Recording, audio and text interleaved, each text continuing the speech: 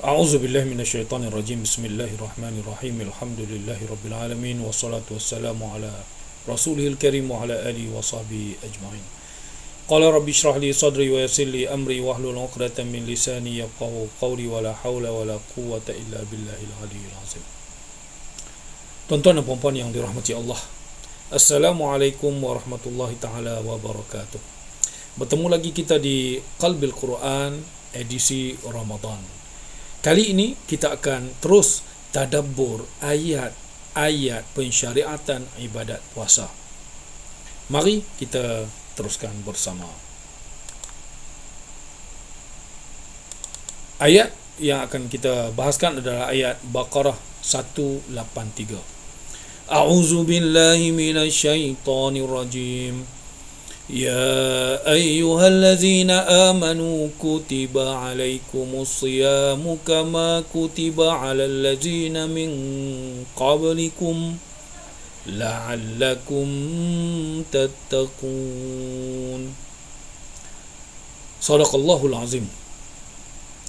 Ini ayat yang diturunkan Allah Subhanahu wa taala dengan memulakan panggilannya, seruannya kepada khusus orang-orang yang beriman. Allah Ta'ala tidak panggil menggunakan perantara. Ada beberapa ayat syariat yang Allah Ta'ala minta supaya Nabi SAW yang sebut kepada para sahabat. Tetapi ibadat ini, puasa, Allah Ta'ala tak minta Nabi Muhammad, Allah Ta'ala direct. Ya ayyuhallazina amanu, seruan ini direct dari Allah Subhanahu wa taala. Menggunakan alat nida. Ya ayyuha. Ya, alat nida ini alat panggilan. Kita pakai mic untuk panggil supaya orang dengar lebih. Kita pakai hello, kita pakai apa untuk orang mendengar. Ha di belakang itu litambih. Jadi untuk menarik perhatian. Ya ayyuha ini huruf nida digunakan sepenuhnya untuk menarik perhatian orang yang diseru, iaitu orang-orang yang beriman. Ketiga, ditujukan terus pada orang-orang yang beriman. Tidak pakai perantara seperti yang kita maklumkan tadi. 4, orang yang mengabaikan seruan ini, ulama kata imannya tidak lengkap, imannya berkurang ketika dipanggil, tidak menjawab seruan ini. Dan telah tersurat ciri-ciri keimanan, salah satunya ialah melalui puasa. Imannya seseorang apabila permintaan Allah Ta'ala untuk berpuasa, dia taat perintah Allah Subhanahu wa taala. Seterusnya, buktikan.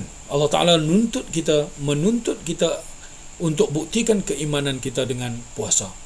Jika kita berpuasa, kita menunjukkan keimanan kita kepada Allah Subhanahu wa taala. 7, oleh kerana pemarduan puasa adalah sesuatu yang berat, ada kesulitan, berlawanan dengan nafsu dan keinginan fitrah manusia, Allah Ta'ala ringankan dengan kata kutiba. Jadi pensyariatan puasa ini digunakan kalimat kutiba, seperti mana disyariatkan qisas. Kutiba alaikumul qisas. Qisas ini, satu orang jika potong jari seseorang, dia pun dihukum semula, dihukum potong jari juga. Dia bunuh orang, qisasnya bunuh balik. Kutiba alaikumul qital, difardukan, ditulis ke atas kamu perang. Ayat satu lagi, ayat izin perang paling pertama sekali, uzina lillazina yuqataluna bi annahum zulimu, diizinkan.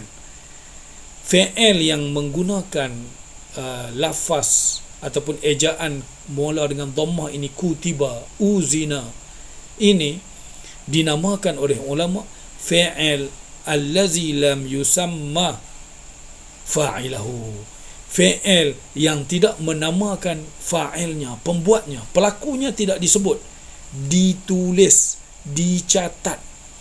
Jadi untuk meringankan rasa jiwa orang mukmin, Allah Ta'ala menggunakan kalimat kutiba, tidak direct. Kita seperti kita lah, walillahil masalul a'la, Allah Ta'ala punya misal yang lebih tinggi lah. Ini misal yang mudah untuk kita faham. Bos kita ketika beri arahan kepada kita, dia tulis, saya mengarahkan, direct, saya mengarahkan untuk semua petugas lakukan gotong royong seperti yang dikehendaki. Tetapi jika dia tulis telah disepakati, telah dirakam, telah direkodkan bahawa ada keputusan terdahulu bahawa hari sekian-sekian kita akan lakukan gotong royong.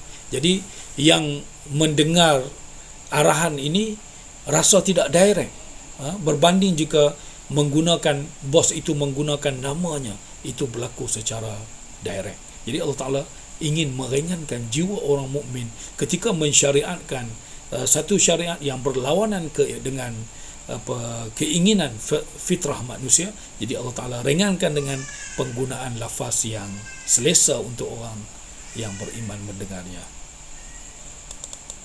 Kedua, kama kutiba 'alal ladzina min qablikum, seperti mana ditulis ke atas orang-orang sebelum kamu. Jadi untuk meringankan lagi ke atas jiwa orang mukmin, pemarduan puasa ini disebut seperti mana dicatat, difardukan kepada orang-orang sebelum kamu. Orang-orang yang beriman sebelum kamu juga melakukan puasa, bukan kamu saja. Jadi menyebabkan orang Islam berfikir, taklah berat sangat, orang dulu pun boleh buat, kita kenapa kita tak boleh buat? Marilah kita buktikan keimanan kita dengan melakukan puasa ini. Jadi ini adalah tarbiyah ilahiyah sepanjang zaman, sejak penurunan manusia ke atas muka bumi, penurunan syariat Allah ke atas muka bumi ini. Salah satu tarbiyah yang Allah Ta'ala tuntut ialah melalui ibadat puasa. Antara cara untuk capai iman dan taqwa, inilah caranya sejak zaman berzaman, iaitu melalui puasa. Kata ulama, puasa mula disyariatkan sejak Nabi Nuh alaihi salam lagi.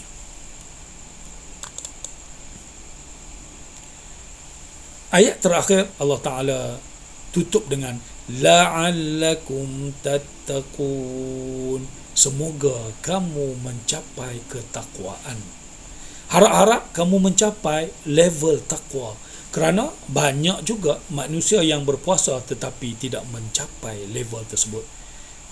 Jadi Allah Ta'ala sangat berharap amalan yang kita lakukan sebulan itu dapat membawa kita ke level takwa.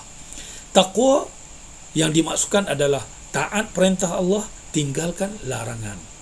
Jadi bila kita berpuasa, perintah Allah agar kita bersahur, walaupun sahur itu sunat, kita bangun. Ada benda-benda kecil yang dilarang, kita tak buat.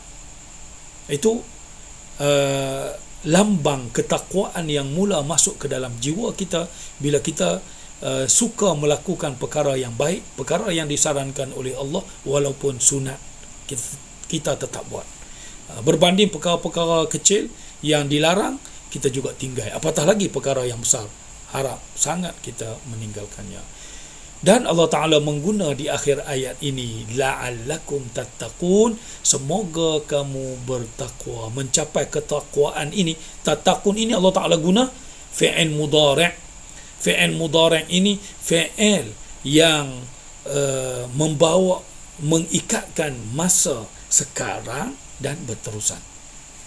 Jadi maksudnya semoga kamu dapat takwa sekarang dan berterusan. Jadi macam mana kita nak dapat takwa itu secara berterusan? Ialah dengan mengamalkan amalan bulan Ramadan di bulan yang lain. InsyaAllah takwa kita akan terus berterusan. Kita akan terus lagi, di siri akan datang mentadabbur ayat puasa Ramadan yang seterusnya. Sehingga bertemu lagi di Qalbil Quran yang ke-43. Aqulu qawli hadza wa astaghfirullahal azim li wa lakum. Wassalamualaikum warahmatullahi taala wabarakatuh.